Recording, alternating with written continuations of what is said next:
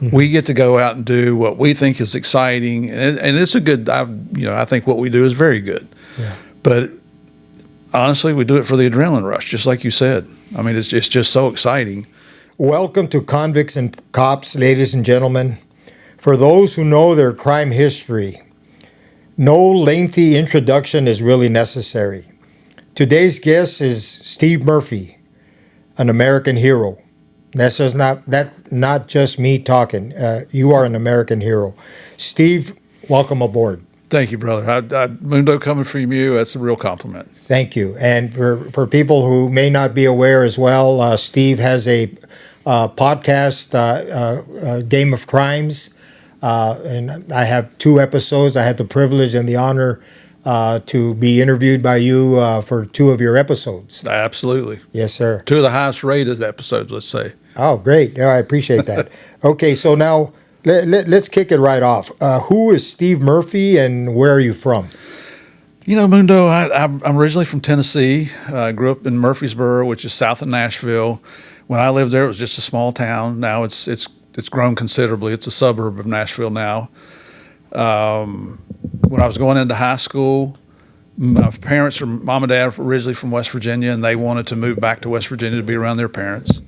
So I went to high school and college in West Virginia. So what I refer to myself as, I'm a cross between a redneck and a hillbilly.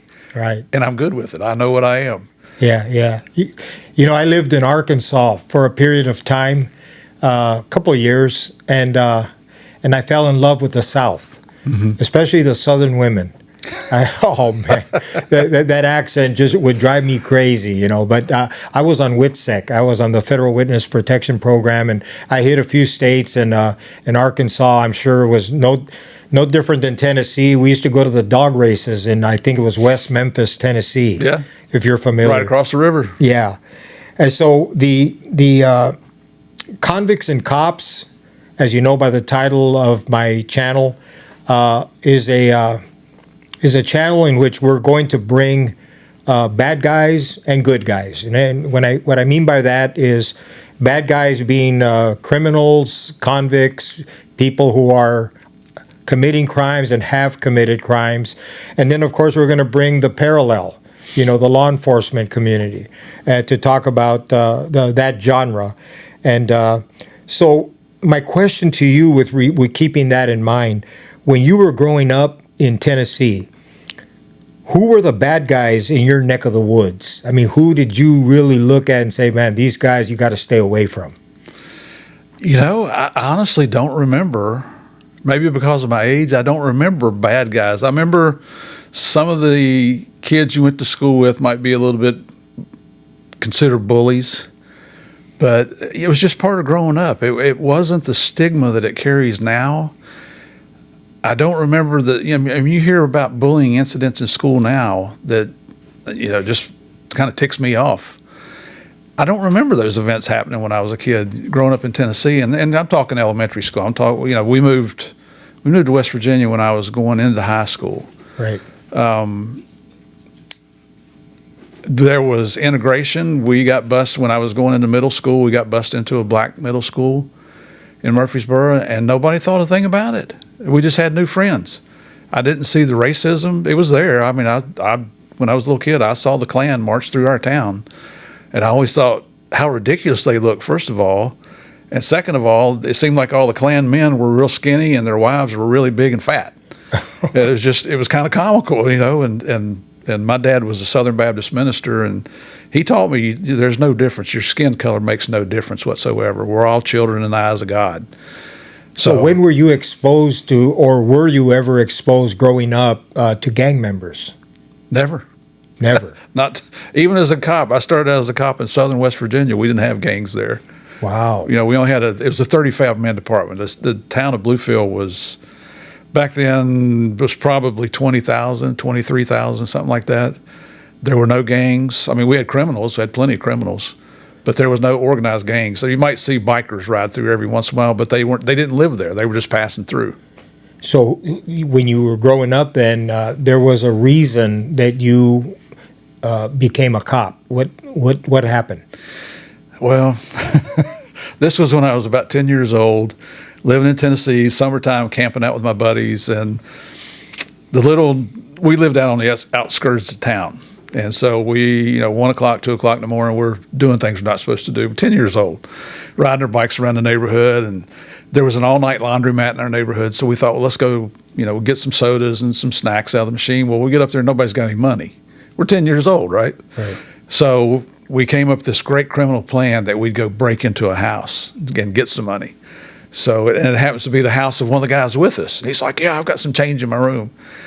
Well, we said, just go in the front door. And he's like, no, if I wake my parents up, they'll make me stay in. We thought, okay, so we'll just open your window and climb in. Well, apparently we weren't cut out to be criminals, because we must have made so much noise. It wasn't any time that a cruiser shows up, and we didn't hear it. But the next thing you know, that spotlight hits you. And we were so scared we didn't even run. We're just like a deer in the headlights, Oh, And so these two uniformed officers come over, and they're, what are you boys doing? And we tell them what we're doing. I guess we weren't above lying, but we just told the truth. I think we were just so scared. right. And the cops looked at us and they said, well, boys, you got a decision to make tonight. You either go with us and go to prison for the rest of your lives, or we're going to take you home to your families. And we looked at each other and looked at the cops and said, take us to jail. What? Because I knew what was going to happen when I got home. Oh, shoot. And it did. Oh, it no. did. So, and I don't consciously remember back then thinking, man, that's pretty cool what those guys were doing. But, all these years later, I'm thinking that was probably the influence that made me want to be a cop. And you can talk to anybody in my family that, has been around for a while that ever since I was a little kid, I just wanted to be a police officer. My dad, once he retired from the ministry, he and my uncle opened a carpet store in West Virginia. I was the only son in both families, so it was always planned for me to take over the family business. I hated it. I started working the carpet store at 14 years old. It's manual labor. Yep. I didn't enjoy it at all. So when I went away to college, I went to West Virginia University, majoring in business so I could take over the business. And got put on academic probation that first year because I was way too immature to be away from home.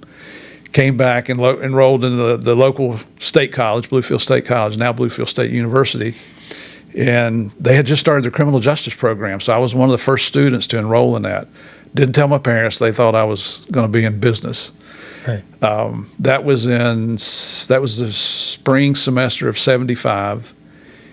And that summer, I enrolled in 2 summer classes, and I was the first criminal justice intern from the college. And so I spent 5 weeks with the city police department, 5 weeks with the county sheriff's office. And after doing that, man, there was no doubt in my mind what I wanted to do. Then come along the fall semester. Now you got to remember, I'm 18 years old. I'm 18 years old. The criminal justice professor comes to me and he says, hey, they're going to offer the police test. You ought to go take it. I said, I'm 18 years old. He's like, well, they're not going to hire you, but you need to get that experience. You go ahead and take the test. And that time, when you're old enough that you're ready to start, you'll know what to expect on the test. I said, it makes perfect sense. So I went and took the test, and I scored the highest of anybody on the test. The next person behind me was 10 points behind me. So I'm number 1 on the city and the sheriff's list. They offered me the job. I turned 19 in October of 1975. In November, I was sworn in as a police officer. Wow. I couldn't buy beer. I couldn't buy cigarettes. I couldn't buy a gun. I couldn't buy bullets. But I now had the authority to carry a gun, a loaded gun, and enforce the law and use that weapon if necessary. Was there a minimum height requirement in those days? No, there was originally, but they were starting to get away from that. Away from that. Yeah. How about because I remember I'm a little bit older than you. Were there any women in law enforcement? None. None. I remember when the first woman came on, though. Wow. Into there in Bluefield. See, that just shows how old we are. Yeah. We're talking about that, but so you joined the local police department. And there was no influence. There was no I want to change the world. I saw somebody get beat up, and now I want to help correct that. I mean, it was just you just naturally criminal justice became something of interest, and you liked it. Well, that and as a Christian, I believe that God gives us gifts, and I think my gift is service to others. And I thought, what better way to serve others than, those who can't protect themselves. Not that I've never been a tough guy. I don't pretend to be a tough guy. Right. But I always felt that actually being a policeman is actually being part of a gang. Yeah. Not in the same tense No, that you know. of course. But it's a brotherhood, it's a sisterhood. Yeah. That when you need help, they will come running with lights and sirens blaring to help you, whatever you're in. And so I'm thinking, I want to be part of that, but I also want to do something that I can help other people. And so I did that for 38 years. The characteristics, as you touched on, are very similar. I always, when I talk about gang membership, of course, I'm a former career criminal at one point, and the characteristics are similar, although the application of those characteristics are done for good and for evil. Mm-hmm. And so I think any sane person understands the difference between the two. And it's just how you apply them, and that's why laws are enacted to define what's a crime, what constitutes a crime, and what does not. True. So we're going through this journey because I want to get to when you got into the DEA, how that came about, but I surely want to know the footsteps you took on the way. Sure. So what happened next? Well, so I'm on the police department. Started out at $9,600 a year. Met my first wife. I refer to her as my practice wife. She was still in college. Somehow we afforded to buy a little bitty house. She wasn't working. Luckily, her parents were paying for her college. I didn't have to pay for that. But there's no way you could make a living and support two people in a house off $9,600 a year. So I started picking up all the off-duty jobs I could, all the overtime I could get. I ended up getting I landed the sports contract for Bluefield State College for their basketball team and their football team. The city provided security for that, but the basketball, I'd bring in off-duty officers for that. One of the local firemen was an electrician. He hired me and my buddy Jackie as electricians helpers. So I'm doing that. I even sold Amway for a while. But I think that, people, it's funny now to talk about, but I saw how hard my dad worked, and I think that work ethic just kind of bled over to me. And I always thought, I'm independent. I've decided I'm leaving the nest there and leaving mom and dad.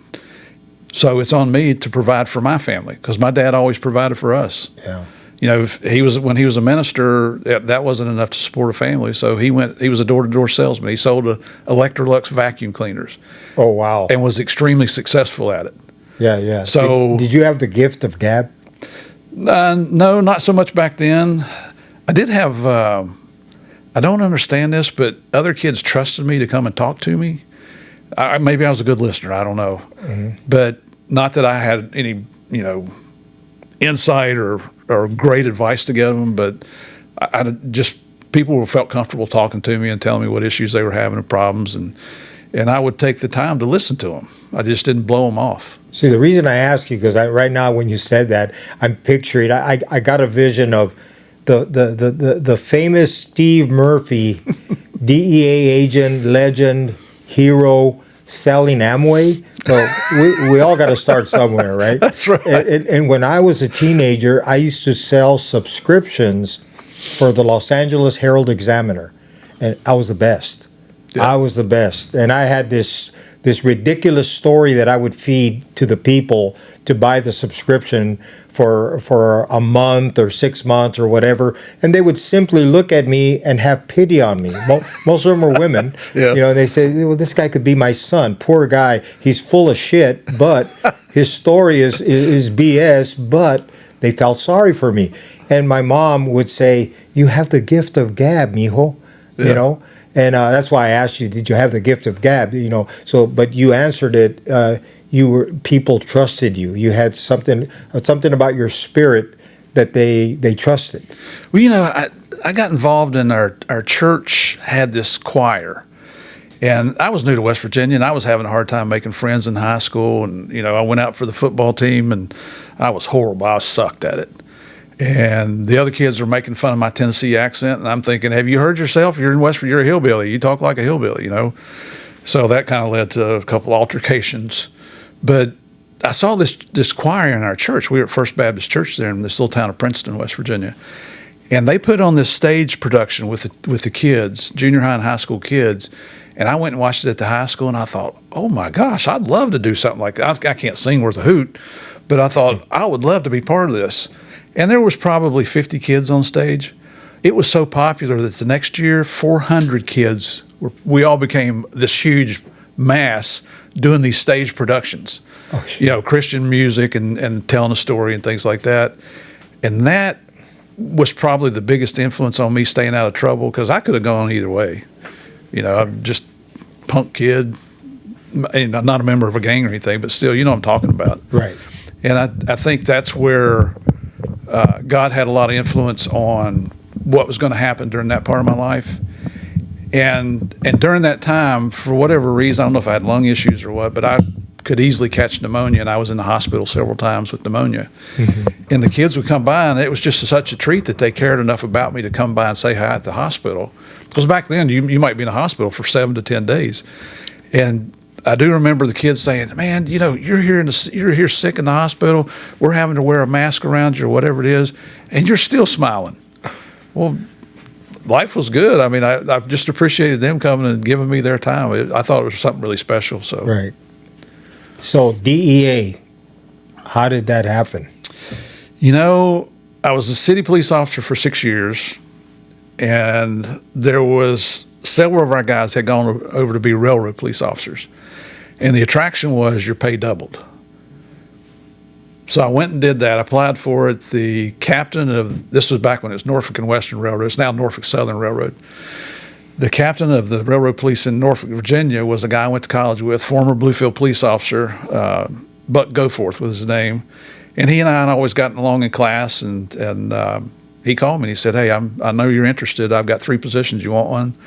Absolutely. So yeah, I got that job, had to moved out to Virginia Beach. I was working in downtown Norfolk there on Lambert's Point on the piers. And I'm not taking anything away from railroad police officers, but the job they had me doing was nothing more than a glorified security guard that paid really well. So it got me, I was going through a divorce. It got me through hardship there with financially, got through all that, and I'm not complaining. I felt fortunate to have the job. Transferred back to West Virginia after a couple of years.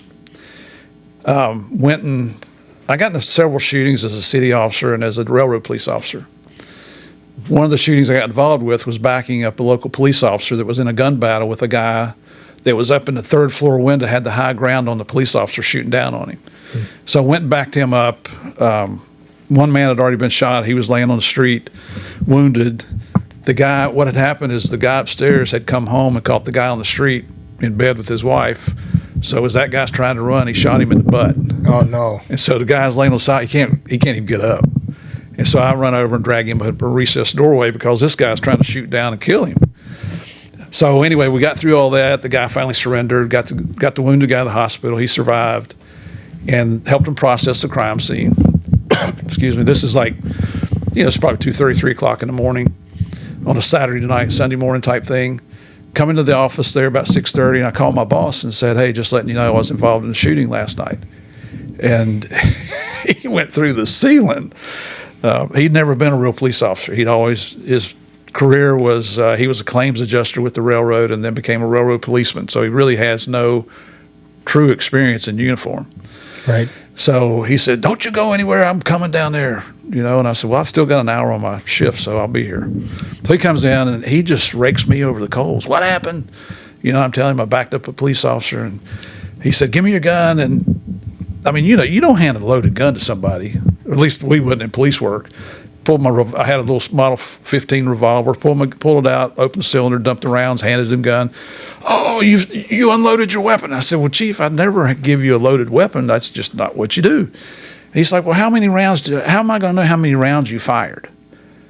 I said, do you think I fired rounds and didn't reload my gun? You think I'm walking around with an empty gun? Right, yeah. And he's like, well, how many rounds did you fire? I said, 4.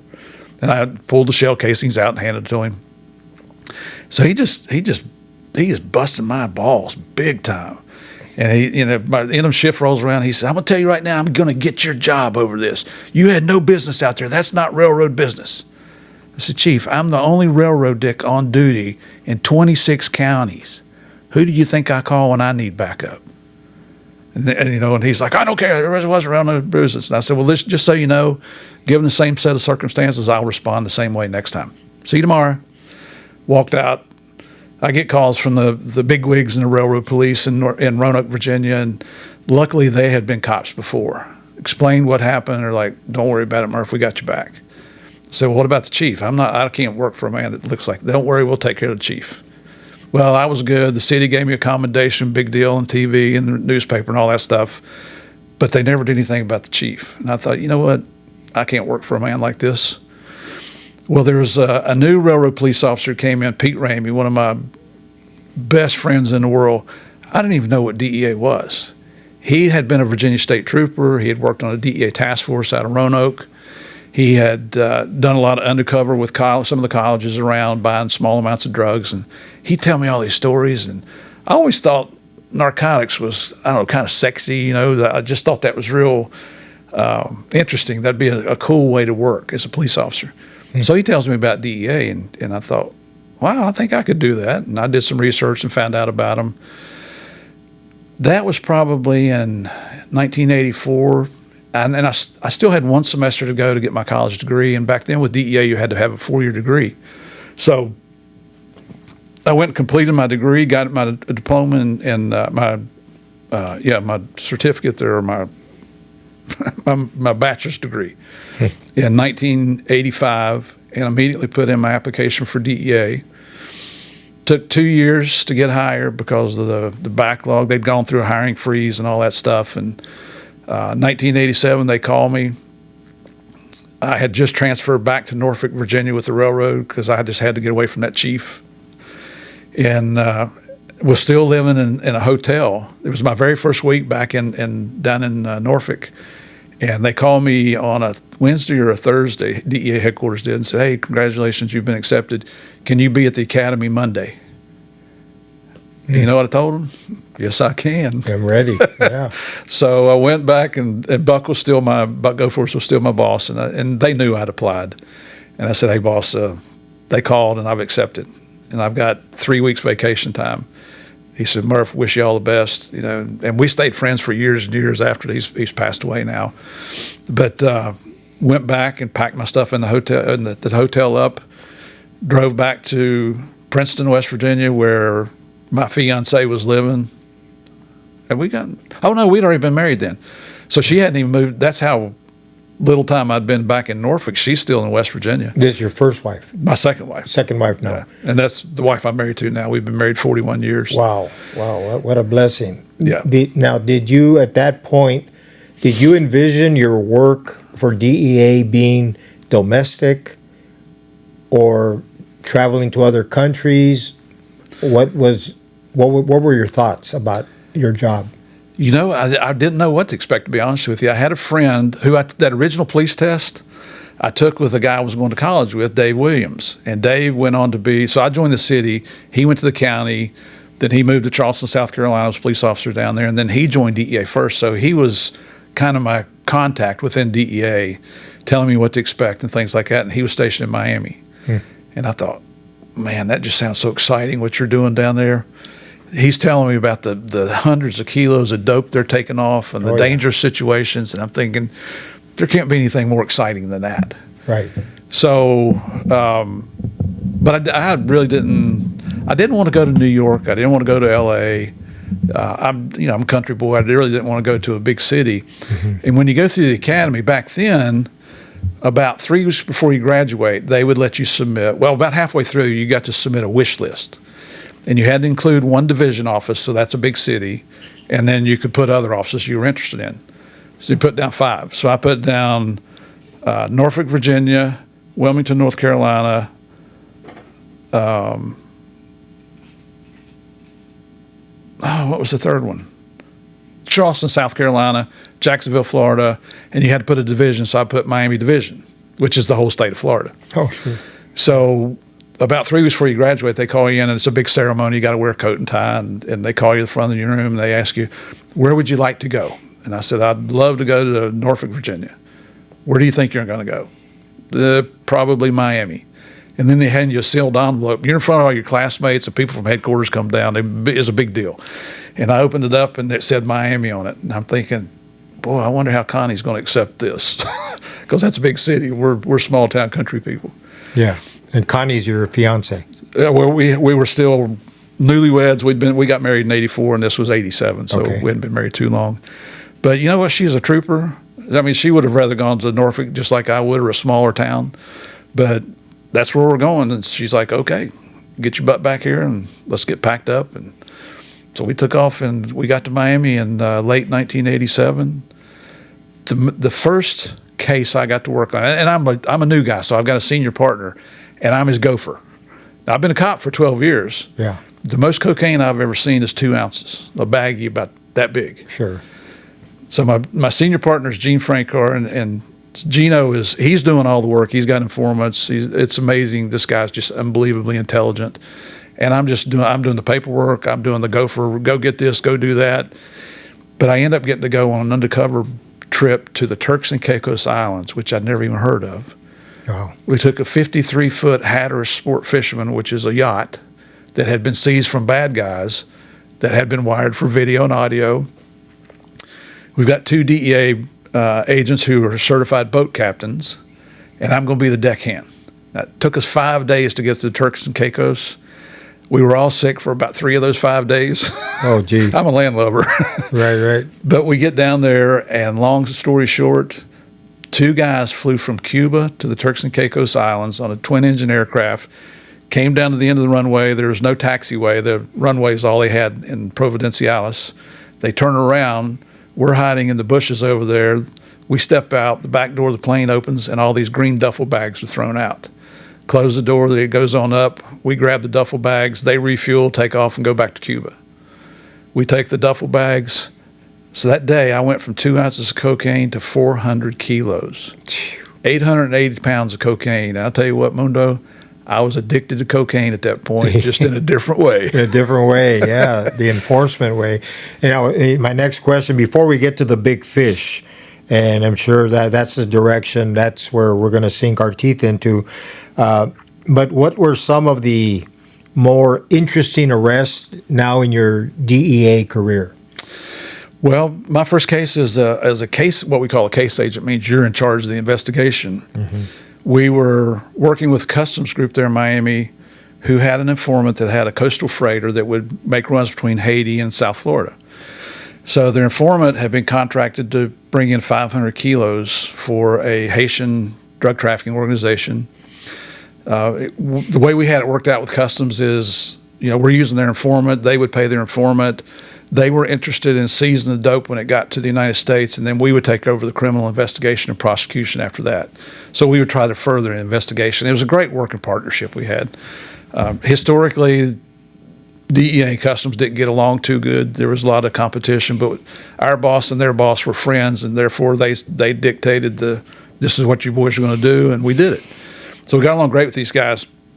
We do what we call a controlled delivery. And so we went to the coastal freighter. We got 500 kilos off. We stored it until we're ready to make the delivery, and through informants, that's how you negotiate all this.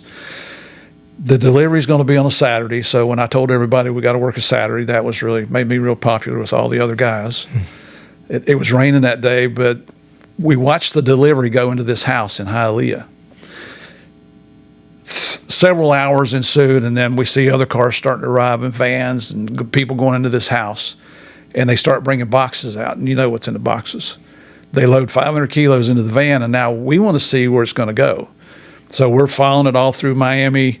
We get to one part, and the van stops, and some guys come out, and they've got a small box empty. You can tell it's empty, just carrying it in one hand, and then they set it in the van. We can't see what's going on, but when they take that box out, it's got something in it now. Ah.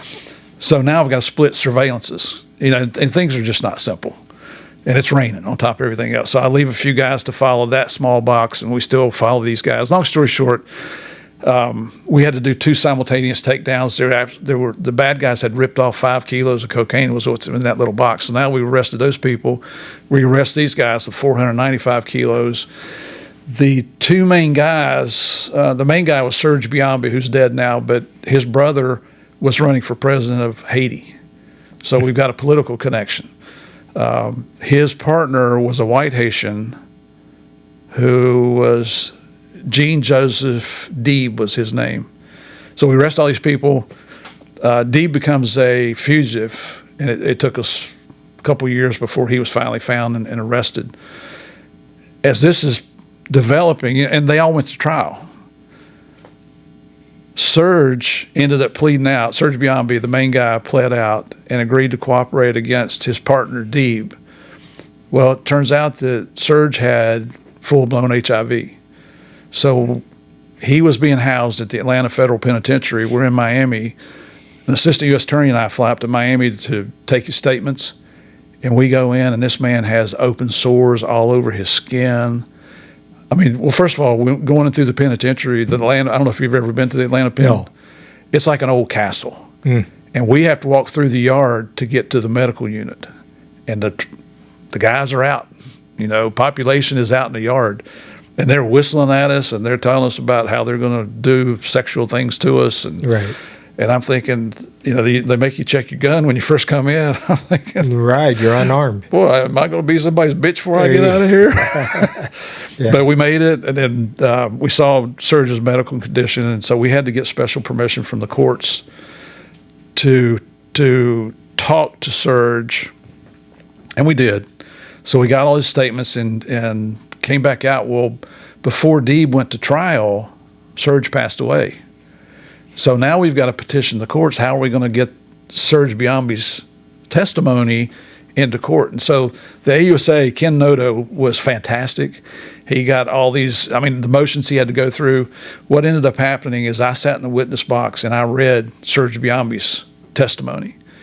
And I was ordered by the judge, you cannot use any inflection in your voice. You have to talk monotone. You cannot sway the jury with the way you're going to say the statements that's on that piece of paper. Wow, like a robot. And it sounds easy, but it's not. Right. Because I get excited now talking about the cases. Sure. Your voice just naturally goes up. Yeah. But long story short, we convicted Jean-Joseph Deeb, and he got, I think it was 30 years in federal prison, so he probably passed away in federal prison. Wow. Yeah. So that was one of the cases, and it just kept going and going and going. And you had now, how many years? Ultimately, how many years did you serve in DEA? 26 with DEA, and then 12 with the railroad and the city police, so 38 years total. So when you, before I continue on the chronological part of this, touch on the pros and cons. I mean, yes, as a single man, I'm thinking, you know, that's gotta sound exciting, you know, to the going to Miami, like you say, you know, the most you'd ever seen is 2 ounces, you know, and now you're taking these big hauls, you're working these big cases, they're all exciting. I'm sure the adrenaline's flowing, you're gaining experience, you have good mentors, you're becoming an experienced guy, you're becoming a mentor to others yourself, I'm sure at some point. As you become familiar with your fellow agents and their families, what are the pros and cons of the job, especially how it affects the families? Oh, that's the worst. In fact, I refer to our families as the unsung heroes. You know, I do a lot of public speaking. I've got my own podcast, and I always try to give them credit because they have the worst of it. Mm-hmm. We get to go out and do what we think is exciting, and it's a good. I think what we do is very good. Yeah. But honestly, we do it for the adrenaline rush, just like you said. I mean, it's just so exciting, and you're doing things that police officers throughout the United States would love to do, but they just don't have the opportunity. So it's almost like living a dream, you know. Yeah. But so that's a big con, is that your family suffers because you're doing your job. And you know, a lot of young people will see something on TV about me, or have read our book, or see us speak, and they're like, oh, you know, I know your story, you've motivated me, I want to go into law enforcement. What advice do you have? And whether this is pro or con, I guess it depends on each individual person. But my advice is to don't think that this is going to be a Monday through Friday 9 to 5 job. This is going to be round the clock, 7 days a week, sometimes 24 hours a day. You're going to go days at a time without any sleep. But more than that, it's going to change your family dynamics. So this becomes not just a job, it becomes a lifestyle. Yeah. None of my neighbors, and my wife and I lived in Fort Lauderdale. My 2 sons were from my first marriage. They're still living with their mom. You don't get close to your neighbors. Your friends are your fellow agents and, other police officers and their families. Does your family, like your wife, for example, do you have to school her on a cover story of what you're doing? Yep. There was an older lady lived on the left of us, and I remember she had this the fattest cat I've ever seen in my life. And my wife, we've always just befriended older people because there's so much wisdom that you can gain from them. And so she befriended this lady, and she knew my wife was a nurse, but no, she didn't tell them anything what I did. Right. If it ever came up, they told her I sold carpet or I was a carpet installer because I knew how to do that. Yeah. But that's kind of a screwed up way to live, to be quite honest with you. Because you're living a lie, so to speak. Okay, let me tell you what I mean by that.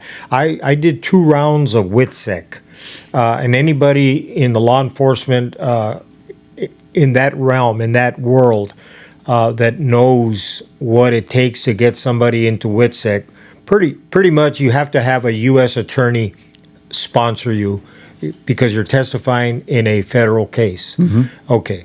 Otherwise, you don't qualify for WITSEC. So to go into that program twice, it's kind of unusual. Mm-hmm. And at least that's what they told me, and that's what I'm basing what I'm telling you on. I went twice on WITSEC, and each time I had to come up with a cover story. Mm-hmm. I had a new name, new identity, and I had to have a cover story. So I had to lie to everybody and come up and make it sound believable. And I guess in being an ex-bad guy, I guess I was a good liar. Because I kind of enjoyed it even. I said, Lord's not going to be mad at me because I'm doing this for my personal security. Okay, so I'm technically not lying, although I'm lying, right? Yeah. I'm making up a cover story. So now you come from a world that isn't twisted like the world that I bought into. Mm-hmm. You're coming from a straight world. You got a lady that you love. You got kids, and now you got to make up stories. You got to lie. Is that kind of like what you're feeling, or your wife? Like, why do we have to lie? How long are we going to have to keep lying? No, that never entered my mind. No. That just goes with the job. Goes with the job. And she understood completely. Right. So, yeah, and I did too. I really, when I say I enjoyed it because I knew I wasn't doing anything bad, so I kind of, it's like when I'd see a cop, and in the old days, you're thinking, oh, shoot, you're thinking of, you got a guilty conscience. Do I got drugs in the car? Do I got a gun and all that? Yeah. But now as a good guy, I look at a cop, I'm not intimidated. I'll greet them and all that, and don't have a guilty conscience. So I get what you're saying. You didn't, but it must be taxing. It must be uncomfortable, right, to the family. Even though it comes with the job, you can't get too friendly with people. Yeah, and that didn't continue throughout my career. I mean, after I came back from Colombia, I don't know, maybe it was a dose of reality, but things calmed down to where you're a little bit normal. Yeah. Or I guess what I would consider more normal, where our neighbors knew who I was. But, we lived in nice areas of town. Right. After Colombia, we ended up in Greensboro, North Carolina, which I didn't even know where Greensboro was, but ended up loving the place. Yeah. And there's a funny story that goes with that because the realtor, we bought a house in an older section, but nice houses and kids there. And we had adopted our 2 daughters by then. And, when we got there, our realtor, all she had told the neighbors, because they were all curious who was buying this house, who their new neighbors were going to be. And the only thing she told them was, it's 2 people that are moving here from Colombia, South America, and they're involved in narcotics. And so all my neighbors thought drug dealers were moving in. So when we got there and met them, and we're still friends with a couple of those families now. We still visit whenever we can. Yeah. And they told us the story. I mean, we all have a good laugh out. And she didn't tell them that I was DEA. Right. She just said that, yeah, he's involved in narcotics, and left it at that. So the predominant drug of your time period, and I'm guessing it's the 80s and 90s approximately, Yeah. would it be marijuana, cocaine, and heroin? Well, not so much heroin. I think 4 years in Miami, I worked one little bitty heroin case. Yeah. I mean, it wasn't significant at all.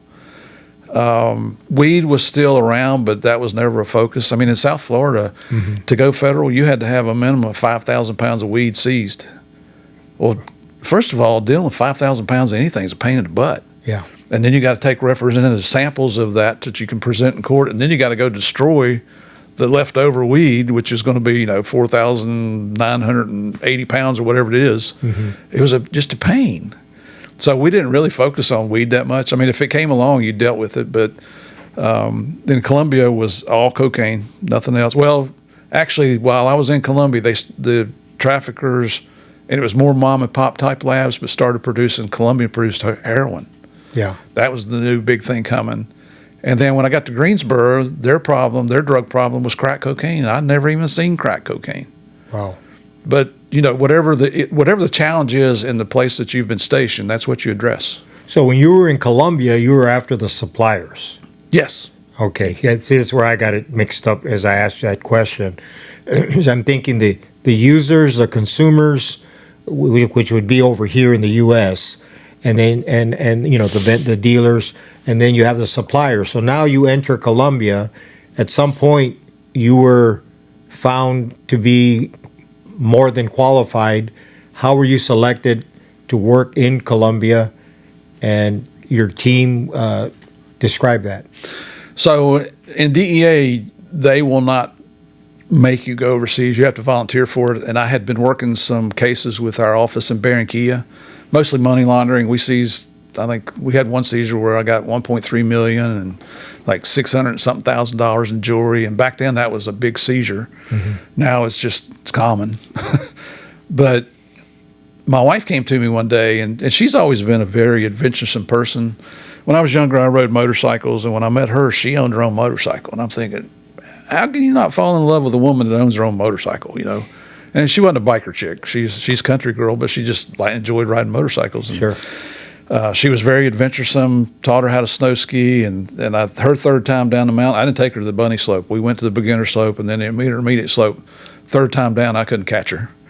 I mean, she's really outgoing, played sports growing up, had two older brothers that, she played contact basketball growing up out in the country. So, and she's a registered nurse. Well, she likes working in the emergency room, trauma center, operating room, all the high-risk parts of medicine in a hospital. I think it's gross, to be honest with you, but that's what she liked to do. Yeah. So we'd been in Miami in 1989. We did a deal on a Friday afternoon. It's a long story, but the end of it was my partner got shot twice, and our informant was killed. That's very exciting. Right.